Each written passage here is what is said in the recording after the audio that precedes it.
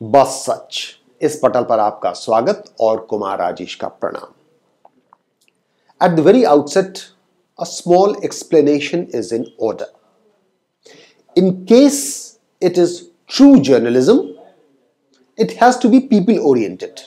And if it is people-oriented, it will appear anti-establishment. And hence, people confuse this to be against a particular party or a particular group of political parties. और इसी सिलसिले में अनेकों आलोचना के तीर हम पर भी, बस सच पर भी लगते आए हैं कि हम फलां पार्टी के माउथ पीस हैं या फिर फलां बड़े राजनेता के पीछे हाथ धोकर पड़े हैं, जबकि सच्चाई यह है कि बस एक सही पत्रकारिता के तौर पर हम अपना कर्तव्य निभा रहे हैं।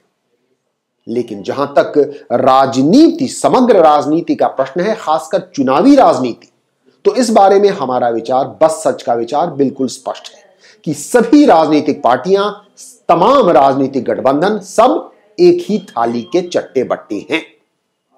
और यह बात स्पष्ट रूप से सामने आ रही है जो कर्नाटक को लेकर राजनीतिक उठापटक मची है। This is a case in the point in case of present Karnataka imbroglio, जहां स्पष्ट है कि सत्ता पक्ष जहां सत्ता पर चिपके रहने के लिए विपक्ष के विधायकों के साथ कुछ अजीबोगरीब संबंध बनाने के फिराक में है, वहीं विपक्ष सत्ता नशी होने के लिए पुरजोर कोशिश कर रही है।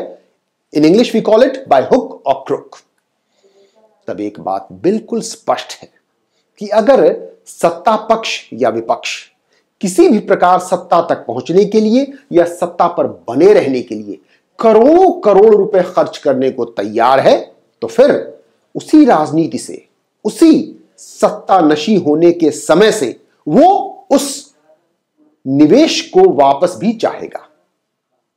थोड़ा और अगर हम स्पष्ट कर दें तो कोई भी बाजार का निवेश के बाद लोग बाजार से मुनाफा चाहते हैं। उसी तरीके से अगर करोड़ों रुपए खर्च हो रहे हैं राजनीति में, तो फिर राजनीति से ही, सरकार से ही वो करोड़ों रुपए उगाए जाएंगे। नुकसान किसका होगा? आपका, हमारा, आम बेचारी जनता का।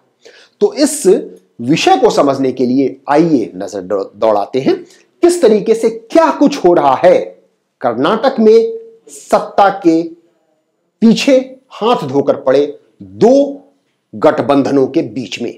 और इसे आप देख पाएंगे प्रेम कुमार की इस रिपोर्ट में। कर्नाटक सरकार पर संकट बरकरार, जेडीएस कांग्रेस सरकार संकट में, खतरे में है कुमारस्वामी की कुर्सी। दो निर्दलीय विधायकों ने समर्थन वापस लेने की चिट्ठी क्या डाली, कुमारस्वामी सरकार संकट में आ गई।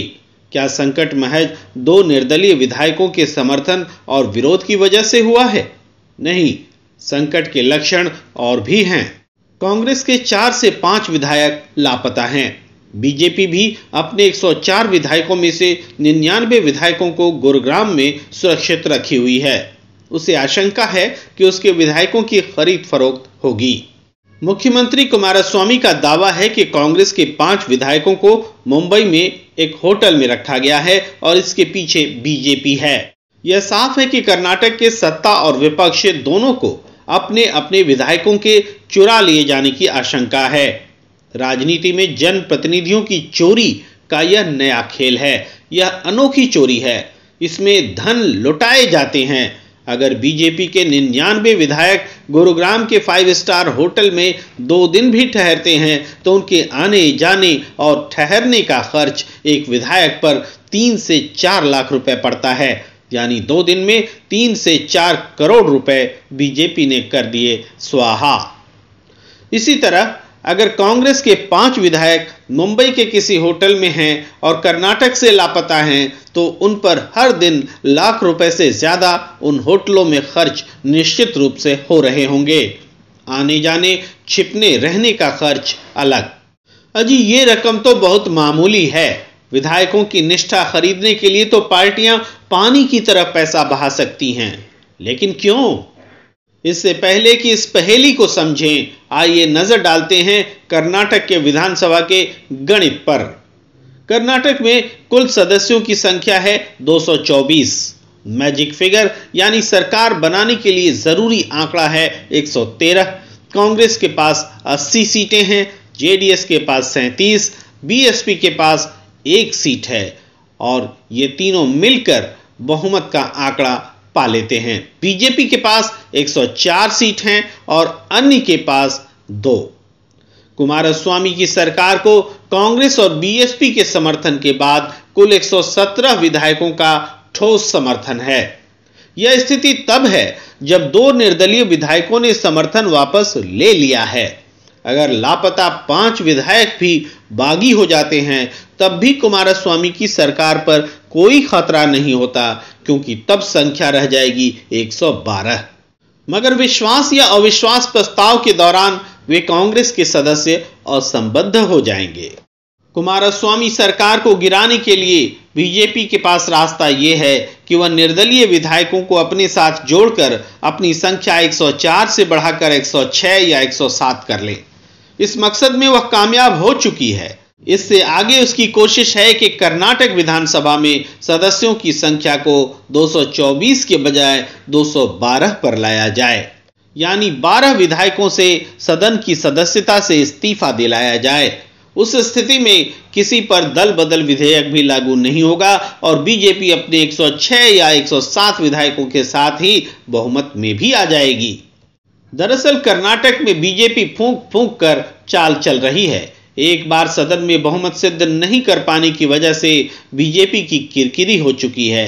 बीजेपी की कोशिश राष्ट्रीय स्तर पर यह संदेश देने की है कि गठबंधन की सरकार प्रदेश या देश के हित में नहीं होती। कर्नाटक को उदाहरण के तौर पर पेश करना चाहती है बीजेपी। कर्नाटक में माहौल ऐसा है कि दोनों पक्ष खुलकर एक दूसरे को तोड़ने की बात कर रहे हैं। येदियुरप्पा के नजदीकी दावा कर रहे हैं कि बीजेपी के पास 12 कांग्रेस विधायकों का समर्थन पहले से है और 5 अन्य विधायकों के समर्थन का इंतजार है। वहीं मुख्यमंत्री कुमारस्वामी ने बीजेपी पर हॉर्स ट्रेडिंग का आरोप लगाया है और कहा है कि वह ऑपरेशन लोटस 3 चला रही है। कर्नाटक में खरीद फरोख्त का यह खेल राष्ट्रीय नेतृत्व की मर्जी के बगैर नहीं चल सकता। अगर राजनीतिक दल के शीर्ष नेतृत्व चाहें तो अपने अपने नेताओं को फटकार लगाकर इसे तुरंत बंद करा दें। वह चाहें तो यह घोषणा कर दें कि बहुमत नहीं है, इसलिए हम सरकार बनाने के बारे में नहीं सोचते। मगर क्या ऐसा हो पाएगा? क्या लोकतंत्र को दागदार होने से बचाया जा सकता है? For more such videos, please like, comment, subscribe our YouTube channel.